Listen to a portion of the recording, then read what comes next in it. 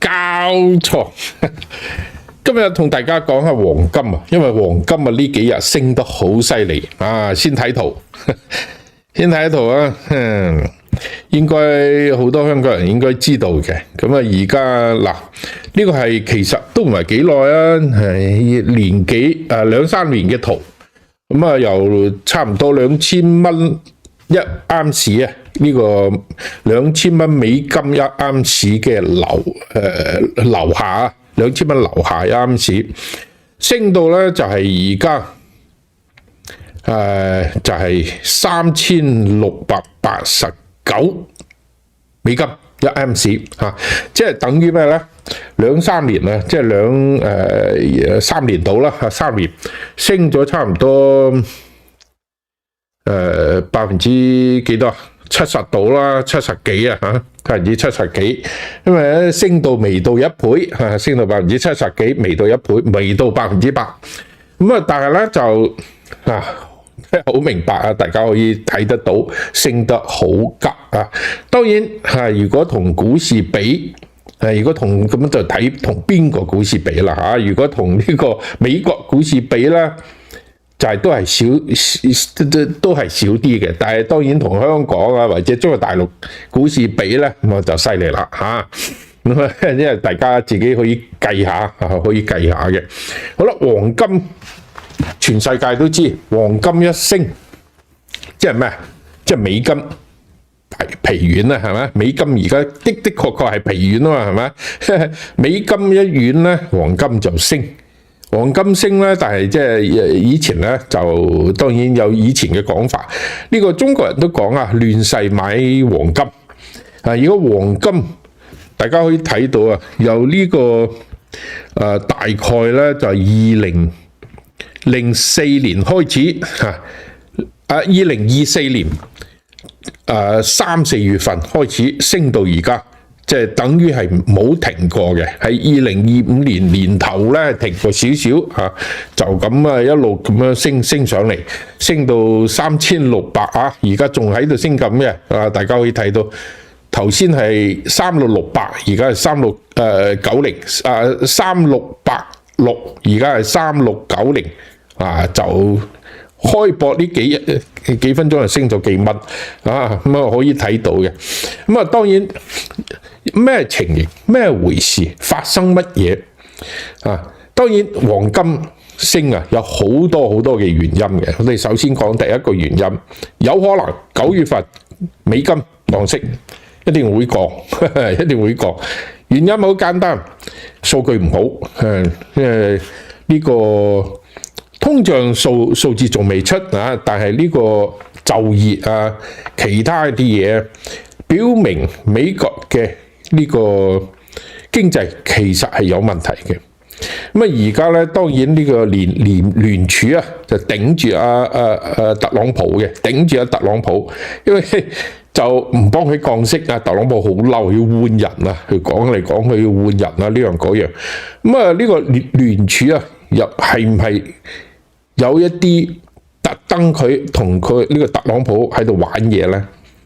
如果俾我睇，我就覺得係啊，俾我睇，我覺得係，因為2024年啊選舉嗰時啊，舊年啊選舉嗰時，大家都知通脹升得咁犀利啊，通脹升得咁犀利，完全冇壓落去啊！呢個就業數字又唔係幾好，即係。就業數字都係相對嚟講佢比較好嘅，通脹冇壓落去，全世界都話你聯儲應該降息啦，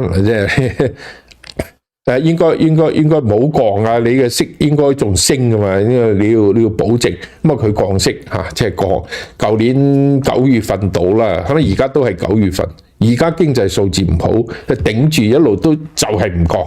因為當然即係特朗普好嬲啊，因為如果你唔降息嚇，好簡單咧，就係美國嘅國債36萬億美金嘅國債咧，就呢個成本就會高好多嘅，即係呢個好簡單。咁啊當然即係特朗普係希望啦，會唔會換人我哋唔知嚇，可能會換呢個聯儲嘅一啲人啦。咁啊應該係9月份，我自己啊睇睇到嘅，應該係9月份會降息，美金就會行低，就會弱。咁啊，當然黃金呢個係其中一個原因。第一個原因美國經濟嘅問題，第二個原因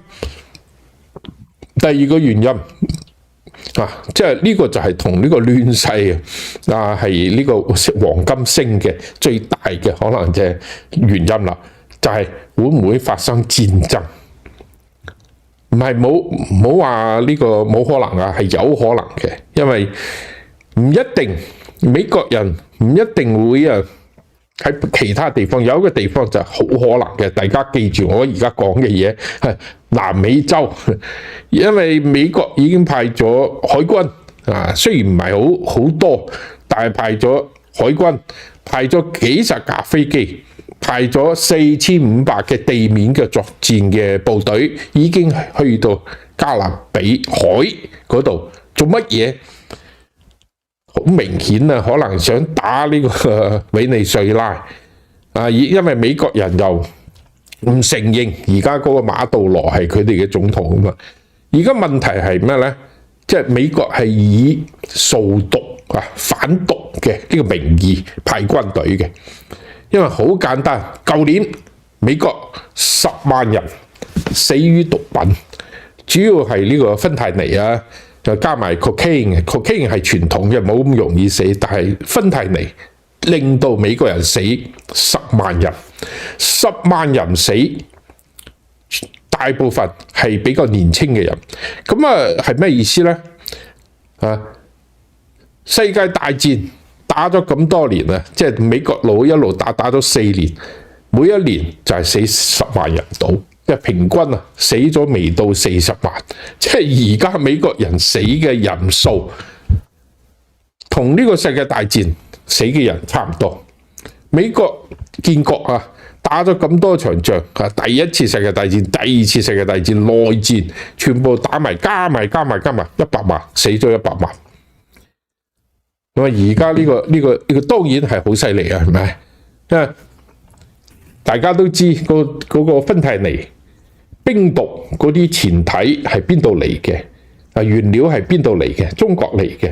而中國有啲公司仲派科學家去到墨西哥，甚至去到委內瑞拉、去到哥倫比亞一啲地方做工廠，教佢點樣做嗰啲毒品，跟住就運入嚟美國，走私入嚟美國。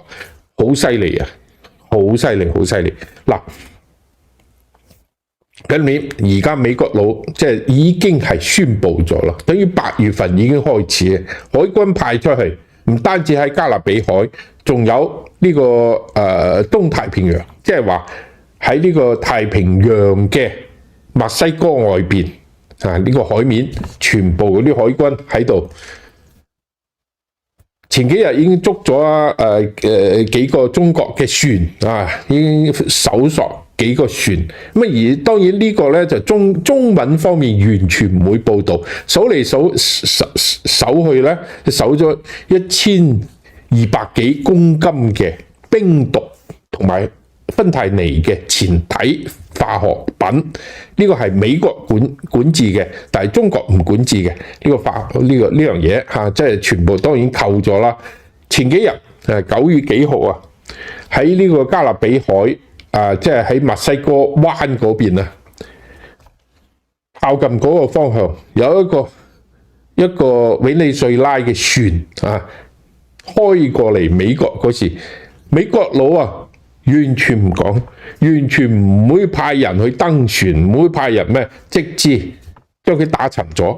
點樣打沉呢？而家美國佬都冇講，而家國會喺度嘈，話你開戰啦，你要同國會講嘛。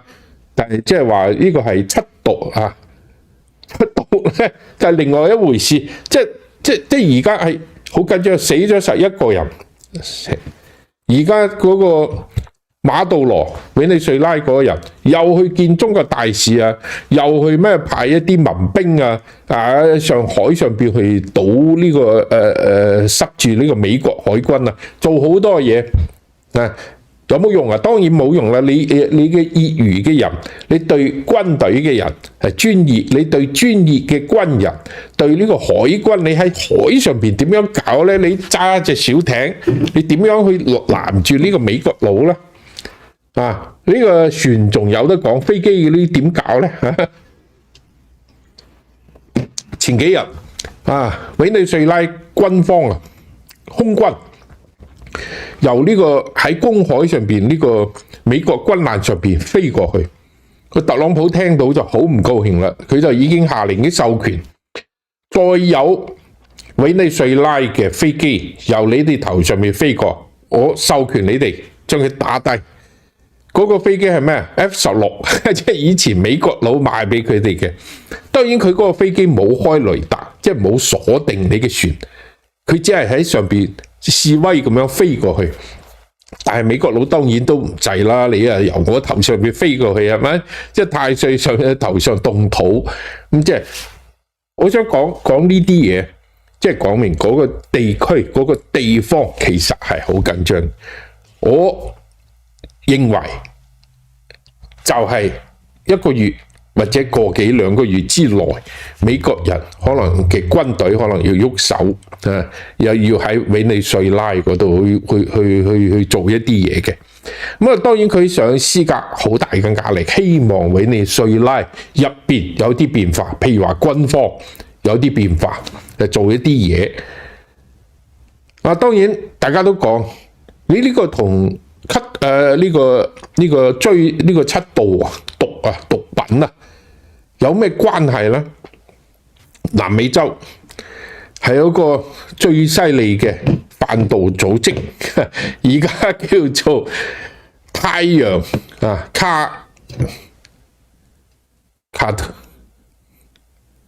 太陽卡達爾，呢個卡達爾係咩意思咧？即係你知道呢個美國人叫呢個南美洲嘅販毒嘅組織叫做cartel。太陽 cartel 嘅意思係咩意思咧？因為南美洲嘅呢個好多軍方嘅勳章唔係勳章，肩章上邊都有個太陽，包括呢個委內瑞拉全部都有一個太陽嘅。所以佢嘅意思即係話，南美洲嘅最大嘅毒品組織全部都係軍方嘅人、政府嘅人一齊做嘅。當然而家知道唔單止係有呢個哥倫比亞啦，呢個厄瓜多爾啊，有秘魯啊、玻利維亞啊，仲有一啲墨西哥嘅。但係呢啲人咧，以前就有啊嚇。但係最近呢幾年突然間勢力龐大咗，係咩咧？係因為委內瑞拉成個政府投入去做呢樣嘢。而家佢哋主要嘅由南美洲運過嚟美國，用船啊，用好多咩私人飛機啊，運嚟美國嘅毒品啊，以前主要係 cocaine， 即係 cocaine 咧，主要係呢個哥倫比亞種出嚟嘅植物種出嚟嘅。但係最近呢3-4年開始，越嚟越多嘅係化學呢個合成嘅呢個毒品，係人造嘅毒品，就係芬太尼或者冰毒呢啲嘢。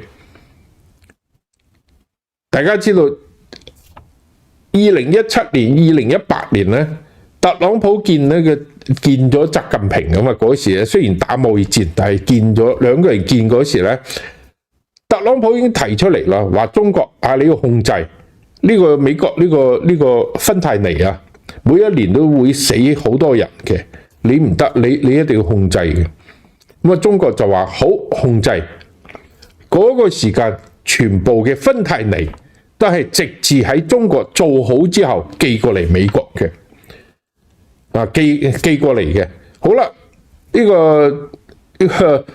而家呢個習近平翻咗去之後咧，中國真係做咗一啲嘢，即係話直至嘅毒品係唔可以再由中國寄過嚟美國啦。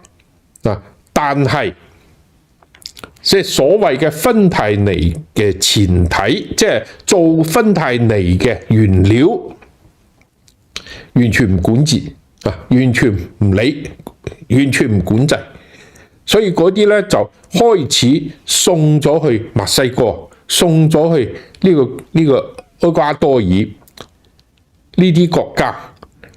中國嘅工程師同埋化學公司就派人去嗰度，同佢哋一齊做工廠。所以由呢幾年啊，2017年到而家，由南美洲運過嚟美國嘅化學嘅呢一種嘅毒品增長幾多啊？增長咗6600幾倍，即係增咗60幾倍啊！增加咗60幾倍啊！絕大部分係由中國過去嘅，有一啲係印度，絕大部分係中國嘅。咁當然美國政府就再向中國講：喂，你呢啲原料啊，你都需要咩啦？需要係咪要睇住啊？要管治一下。而家大家可以睇到外交部，中共嘅外交部點樣講？佢話呢個毒品嘅問題係你啲國家問題，唔關我事。係唔關佢事咩？嗰個產品可唔可以喺中國隨便買啊？係唔得嘅。你係可以出口就可以嘅。呢個好簡單，即係好似中國人當年滿清嗰時話呢個鴉片戰爭鴉片禁止鴉片嗰時，英國佬如果話：嘿，鴉片唔關我事㗎，鴉片係藥物嚟㗎，係咪？即係鎮靜劑嚟㗎，唔關我事㗎，你哋自己搞掂啦，唔好搞我啊，係嘛？所以當年滿清係用禁止經商、貿易戰爭對付英國，而家美國佬都係同樣用貿易戰爭加咗20%嘅關稅，係專門係芬太尼啊嘛，針對中國。我想講呢樣嘢咧，就係呢個新型嘅鴉片戰爭。會打到咩程度冇人知，但係美國佬好有可能動用軍事力量咧去解決呢個問題。而家佢已經同墨西哥講啦，墨西哥政府你管唔管啊？你唔管啊？你管啊？你管唔到啊？你冇辦法。我有辦法啊，我嚟搞啊！當然墨西哥咪嘈啦，係咪啫？我雖然我估唔到有啲地區完全係毒販係控制嘅，我政府軍我都冇辦法，但係我唔俾你美國人入嚟，但係美國佬已經唔理咁多，所以未來啊呢幾個月好有可能會發生一啲嘢喺南美洲嗰度嚇，呢個係其中一個比較大嘅變化。一個美國經濟，第二個呢個。如果發生嘢，同墨西哥係咩回事？咩關係？你係戰爭啊，定係咩啊？係咪？你要動用軍隊啦，好啦，會發生乜嘢？冇人知，冇人知。另外一個俄烏戰爭，而家美國佬已經同歐洲差唔多傾掂，會共同對所有同俄羅斯做生意嘅國家實施2級制裁。即係將你嘅關稅增加100%，即係美國佬講嘅，但係增幾多我哋唔知嚇。因為對於歐洲人嚟講，呢一次北京嘅呢個閱兵已經睇到好清楚，擺到明啦，係咪？上邊企嗰幾個人一致並肩企喺度嘅就係普京、金正恩、習近平。普京同金正恩兩個人就係喺歐洲邊界開戰派兵嘅人，咁好明啦，後邊企住中國係咪？即係中國撐住佢哋兩個同歐洲人搞呢個歐洲啦，係咪啫？所以歐洲而家咪睇到明睇到明就好明白啦。而家就係兩個陣營已經越嚟越明顯啦。所以歐洲會唔會同美國人一齊去做呢樣嘢呢？而家德國如果法國人仲未表態，德國人表態啊！德國人話：喂，你美國佬你傾掂先啦，你傾掂我就派軍隊。英國佬已經話派，波蘭已經準備好啦，隨時派過去。即係所有呢啲歐洲係等緊一個事件，等緊一件事，歐洲同俄羅斯之間會唔會開始有真正嘅軍事衝突呢？北約會唔會有真正嘅軍事衝突呢？冇人知。所以你睇呢個一個係經濟嘅問題，因為國際局勢嘅問題，會唔會開戰？開到咩程度？冇人知係咪？所以而家就係變成啦，呢個全部經濟有好大嘅問題啊！而家呢個黃金升到咁樣，當然就係同呢個我哋頭先講嗰啲嘢咧係有關嘅。另外一樣嘢就講到香港啦。香港係非常之獨特嘅一個地方，以前咧就變成係呢個國際金融中心啊。而家呢個國際金融中心嘅角色越嚟越少啊，越嚟越少係咪？即係大家都明白發生乜嘢，但係今次呢個黃金其實同香港係有啲關係嘅。有咩關係咧？我同大家講，而家中國咧兩個陣營分開咗啦，而家越嚟越明顯啦，係咪？嗰邊咧就唔理俄羅斯又好，伊朗又好，北韓又好，唯一一個可以企起身同美國同埋西方真正係做對抗嘅，只有中國。咁中國而家就唔單止喺軍事方面啦，其他方面嘅做一啲嘢，另外仲有一樣嘢做，就係佢要做呢個貨幣嘅戰爭。因為其實貨幣嘅戰爭都唔係叫做戰爭啦，係咪？大家都知而家美國佬好大一個工具啊，就係呢個 SWIFT 系統啊。你全世界你買嘢都要美金，大部分用美金嚟結算啊嘛。咁而家全世界你嘅結算嘅主要係咩？主要係睇你點樣計啊嚇，睇你點樣計。主要嘅係用呢個美金。如果係你全部包括歐洲內部國家嘅交易都計埋嘅話咧，係美金係40%，即係全世界嘅交易係40%幾係美金嚟結算嘅。歐洲內部當然佢哋用歐元啦，所以歐元嘅比例係增加好多。日元啦、人民幣啊、其他嘅貨幣啊，或者其他方法嚟結算嚟交易，但係美金始終係最大嘅40%幾啊，所以你嘅俄羅斯又好，你其他國家你要做嘢，因為美國人要制裁你，所以就可以通過呢個 SWIFT 系統啊，將你嘅銀行凍結咗嘅，就唔俾你玩呢個美金嘅，玩呢個國際結算啦。所以呢樣嘢係好重要。大家知，如果美國宣布制裁俄羅斯嘅一啲公司，連中國嘅銀行佢都唔敢去同呢啲公司做生意嘅，包括林鄭月娥，大家知到而家據說佢都冇信用卡，係攞住現金去買嘢嘅，因為美國國會有個制裁佢嘅一個法案啊嘛，所以呢樣嘢對中國嚟講呢個係不可以忍受嘅嘢，所以佢要做另外一套系統嚟結算全球貿易，咁就係人民幣。當然唔單止係人民幣，因為而家人民幣全球結算咧，只係佔到4%到，即係差唔多未到4%，等於美國人嘅1/10啊。但係佢要慢慢開始啊嘛，慢慢開始就係同俄羅斯買石油，人民幣結算咁啊。但係你冇錢啊，唔緊要，你可以俄羅斯可以喺中國發行人民幣嘅國債啊，或者其他國家你要央行佢鼓勵個國家嘅央行同中國交易好多，你要買我嘅嘢，你可以用人民幣嚟買。佢冇人民幣，我哋可以換錢。譬如話同呢個巴西你攞呢個巴西嘅錢到中國，咁中國攞人民幣去巴西，你係喺央行嘅儲備裏邊增加人民幣，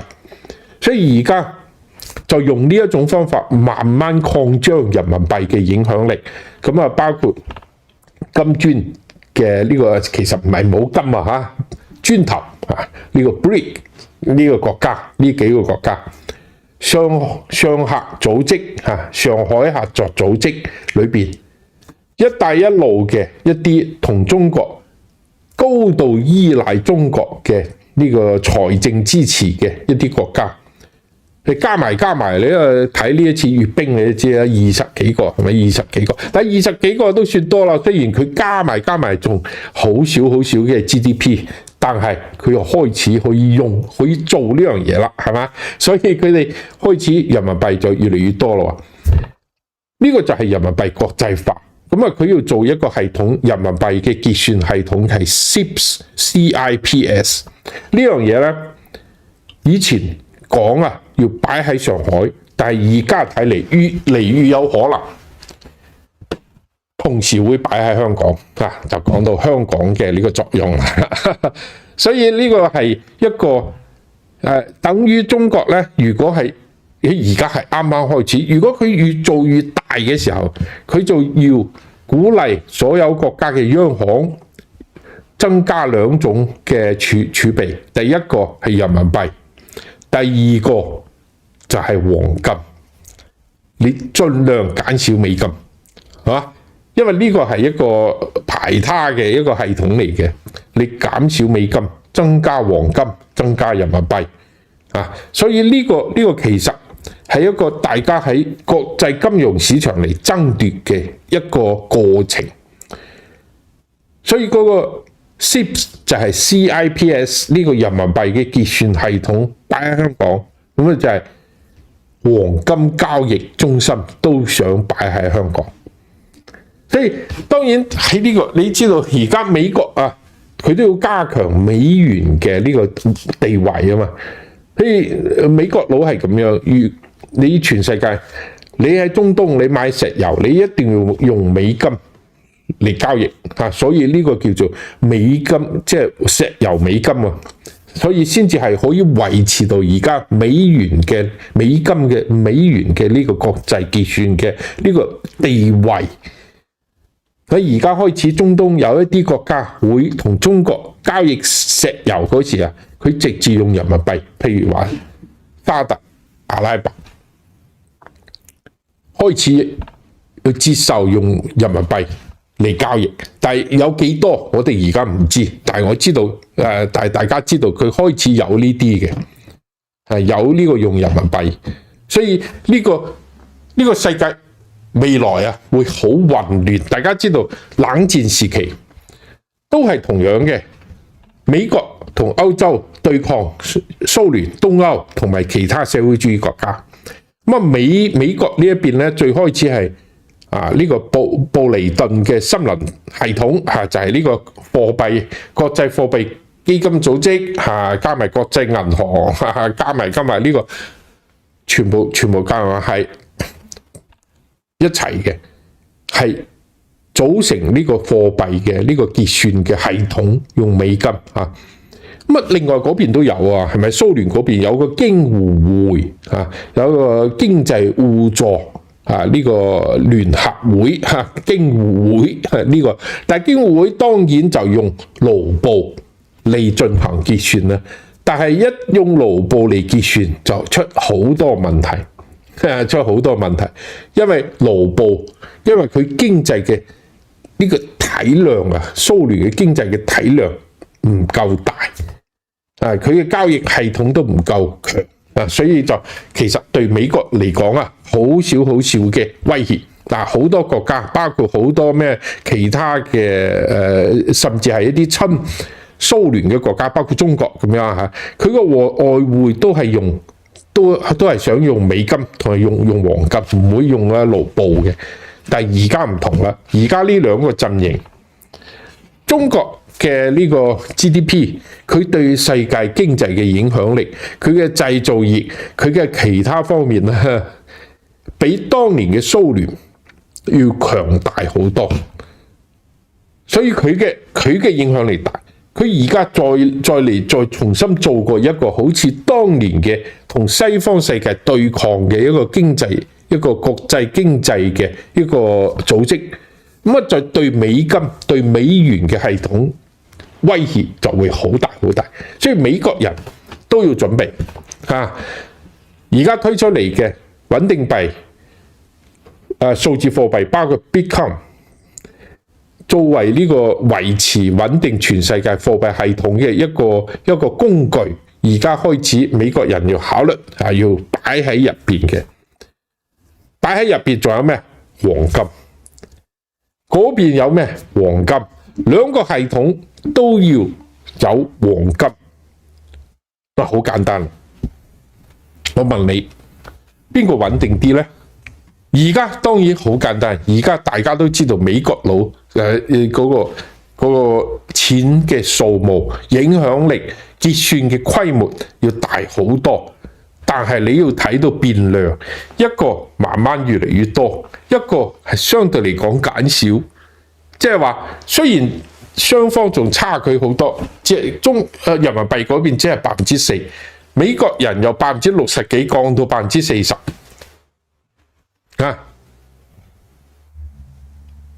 存量方面，美國仲係大好多，但係變量方面，你睇到呢個係越嚟越強，嗰個係越嚟越弱，係嘛？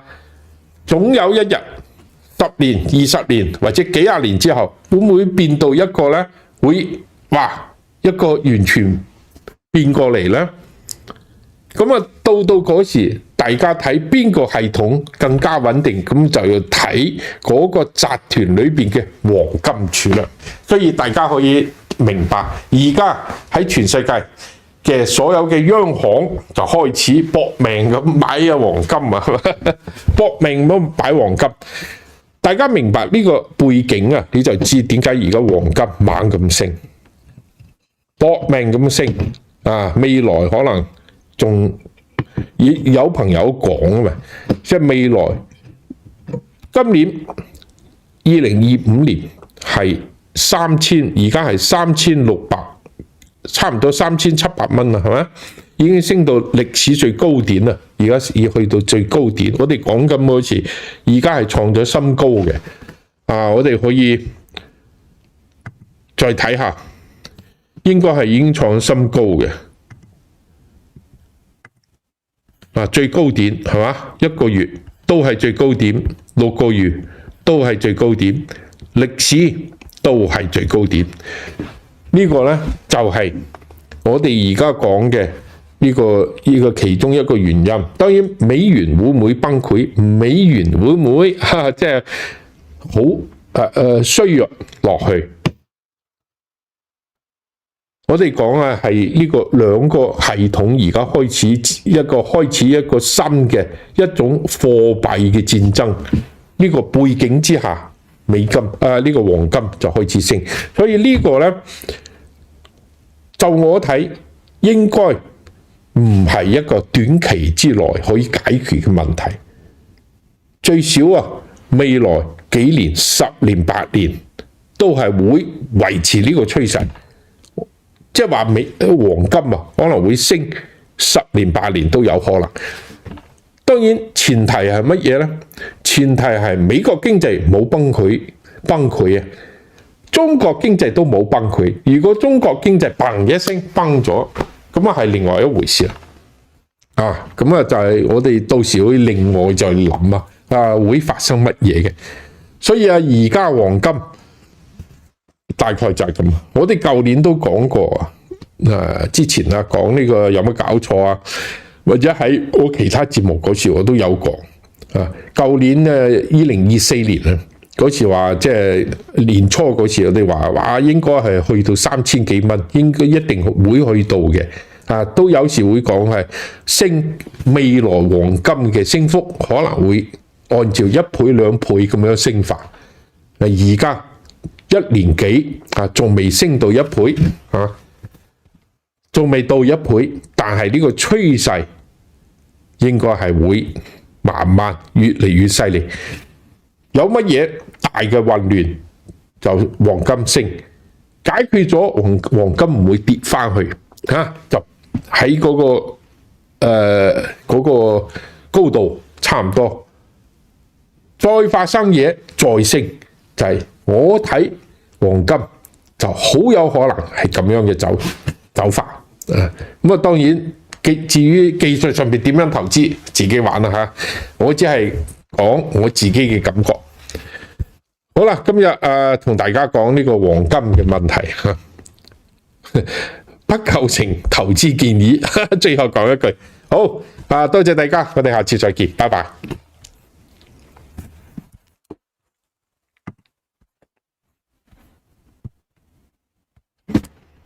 咦？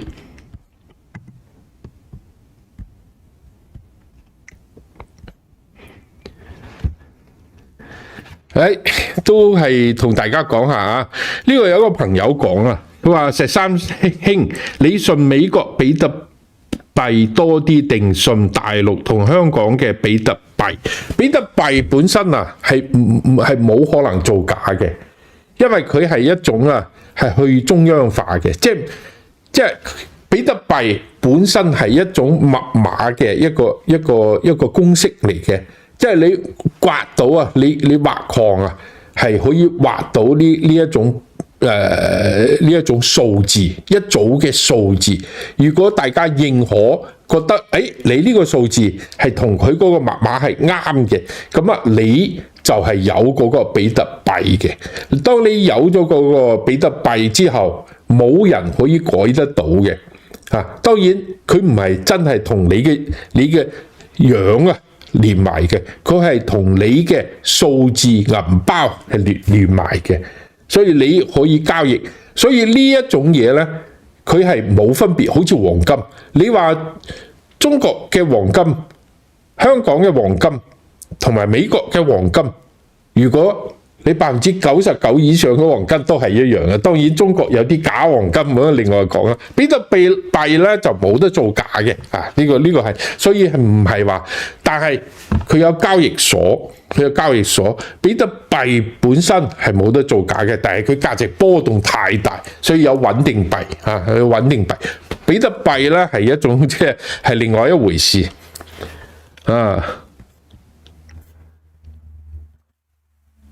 咦？仲有睇咩？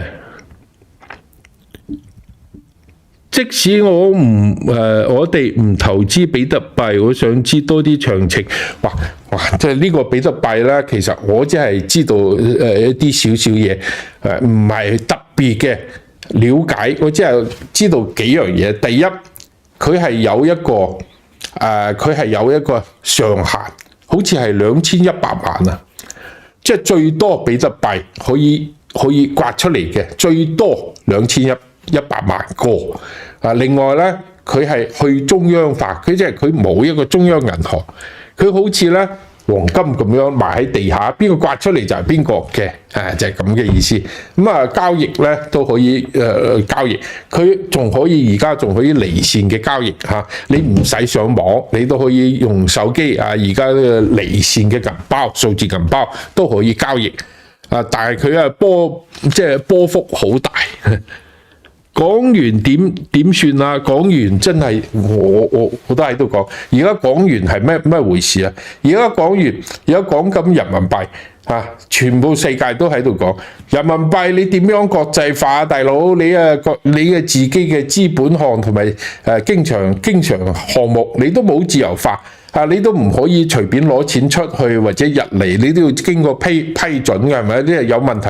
但係中國政府咧好蠱惑，佢係利用香港做呢樣嘢嘅。即係而家中國嘅人民幣其實有兩種，一種叫做大家都可以睇到，一個係在岸嘅，一個係離岸嘅。呢兩種咧嘅匯率係唔同嘅，但係離岸嘅人民幣嘅交易主要就係香港，即係話佢要用香港做一個第二種人民幣我哋講呢兩種係唔同嘅，一個人民幣 A 係即係在岸嘅，一個人民幣 B 就係其實離岸嘅，就係喺香港交易。但係咧，你話我由中國大陸馱住人民幣行過嚟，變成離岸人民幣，對唔住，如果你咁樣做，你俾人沒收啊，係咪？水喉係中國政府、中共政府自己嚟控制嘅，當然你話即係以後係另外一回事。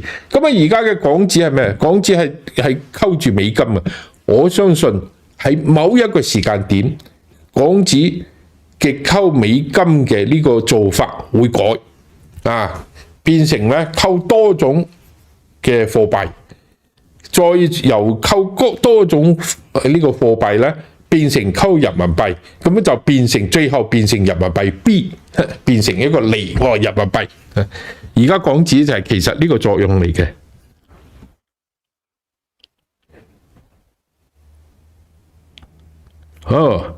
好啊。